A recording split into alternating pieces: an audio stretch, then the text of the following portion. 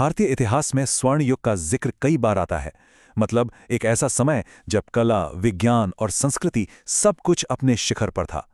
आज हम गुप्त साम्राज्य की इसी शानदार कहानी को समझने वाले हैं। लेकिन सवाल यह है कि इसे स्वर्णिम क्यों कहते हैं? मतलब ऐसा क्या खास था उस दौर में? आखिर ये गोल्डन एज का टैग आया कहाँ से? चलिए इसी सवाल की तह तक चलते हैं और एक एक करके इसके जवाब ढूंढते हैं। देखिए, कोई भी गोल्डन एज हवा में नहीं बनती। उसकी नींव होती है पॉलिटिकल स्टेबिलिटी, यानी राजनीतिक स्थिरता। और गुप्त साम्राज्य के मामले में ये नींव बहुत मजबूत थी।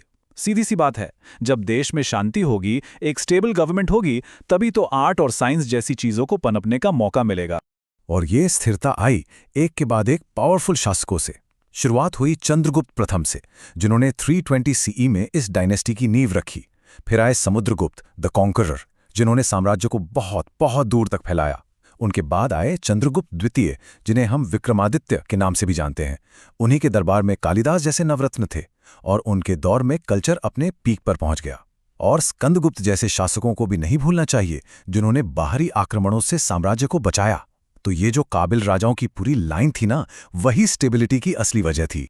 अच्छा, अब सवाल ये उठता है कि हमें ये सब बातें मालूम कैसे हैं? वो मालूम है इन जैसे कोर्ट रिकॉर्ड्स और शिलालेखों से। ये सिर्फ पत्थर पर लिखी कुछ लाइनें नहीं हैं। ये तो उस जमाने में झांकने वाली एक खिड़की की तरह है। इन्हीं से हमें उन राजाओं की, उनके दौर की असली कहानी पता चलती है। तो ठीक है, राजा तो बहुत पावरफुल थे, पर इतना बड़ा साम्राज्य आखिर चलता कैसे था? इसका जवाब है उनका कमाल का एडमिनिस्ट्रेटिव सिस्टम। ये एक ऐसा इंजन था जो पूरे गोल्डन एज को पावर दे रहा था।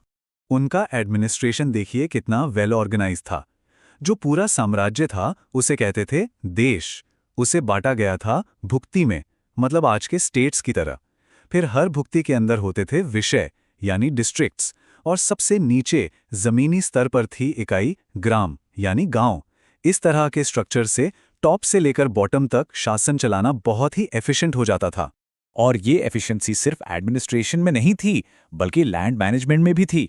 जरा इस क्लासिफिकेशन को देखिए। जमीन को बाकायदा अलग अलग कैटेगरीज में बांटा गया था। क्षेत्र थी खेती लायक जमीन, वास्तु थी रहने लायक जमीन, चारागाह जानवरों के लिए, और भी कई तरह की। जब इस तरह का डिटेल्ड क्लासिफिकेशन हो तो इकोनॉमिक प्लानिंग करना और टैक्स कलेक्ट करना कितना प्रिसाइज हो जाता है ना? और इस पूरी इकोनॉमी की रीढ़ की हड्डी थी लैंड टैक्स। आमतौर पर जो भी फसल होती थी उसका छठा हिस्सा, यानी 1/6 टैक्स के तौर पे लिया जाता था। और यही पैसा फिर साम्राज्य के विकास में, कला और संस्कृति को बढ़ावा देने में इस्तेमाल होता था। तो हमारे पास एक स्टेबल गवर्नमेंट है, एक स्ट्रांग इकोनॉमी है।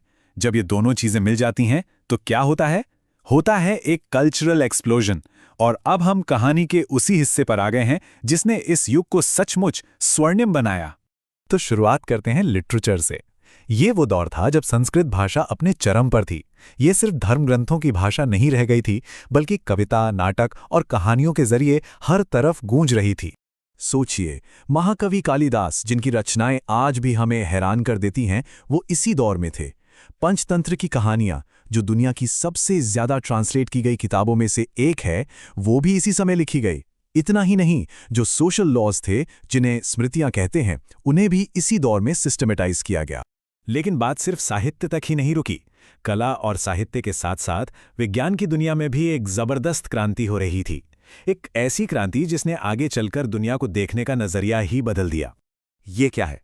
0, 0। ये सिर्फ एक नंबर नहीं है, ये एक रेवोल्यूशन था। आज की हमारी पूरी डिजिटल वर्ल्ड, मॉडर्न मैथमेटिक्स, सब कुछ इसी एक खोज पर टिका है। और हाँ, शून्य और डेसिमल सिस्टम का कॉन्सेप्ट इसी गुप्तकाल में डेवलप हुआ। और फिर थे आर्यभट्ट।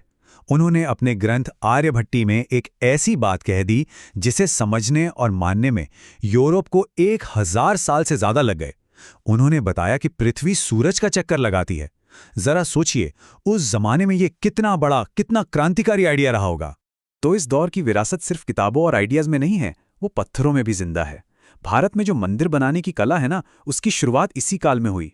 जैसे देवगढ़ का ये दशावतार मंदिर, ये आज भी उस दौर की शानदार आर्किटेक्चर की कहानी सुनाता है। तो हमने पॉलिटिकल स्टेबिलिटी देखी, इकोनॉमिक सिस्टम देखा और कल्चर, साइंस, आर्ट में हुई जबरदस्त तरक्की देखी। अब इन सब डॉट्स को कनेक्ट करते हैं और समझते हैं कि आखिर गुप्त युग इतना इंपॉर्टेंट क्यों है। तो इसका जवाब सीधा और साफ है। जैसा कि सोर्स भी बताता है, अपनी सांस्कृतिक उपलब्धियों के कारण ही गुप्तकाल को भारतीय इतिहास में स्वर्ण युग के रूप में जाना जाता है। मतलब मिलिट्री पावर जरूरी थी, इकोनॉमी भी जरूरी थी, पर जो असली पहचान बनी वो बनी कल्चर, साइंस और आर्ट में किए गए इन अविश्वसनीय कामों। और इस प्रॉस्पेरिटी का एक और जीता जागता सबूत था उनका करेंसी सिस्टम। गुप्त शासकों ने भारी मात्रा में सोने के सिक्के चलाए, जिन्हें दीनार कहते थे। साथ ही चांदी के सिक्के भी थे, जिन्हें रुपया कहा जाता था। जब कोई साम्राज्य सोने और चांदी दोनों के सिक्के चला रहा हो तो ये एक बहुत ही एडवांस और स्टेबल इकोनॉमी की निशानी होती है। तो आखिर में ये सब एक बड़े सवाल पर आकर रुकता है। किसी भी सिविलाइजेशन के गोल्डन एज का असली मतलब क्या है? क्या वो सिर्फ मिलिट्री पावर या इकोनॉमिक पावर से बनता है, या फिर उसकी असली पहचान वो आर्ट, वो आइडियाज हैं जो वो आने वाली पीढ़ियों के लिए, पूरी मानवता के लिए एक विरासत के तौर पर छोड़ जाती है? गुप्त साम्राज्य की ये कहानी हमें इसी सवाल पर सोचने को मजबूर करती है।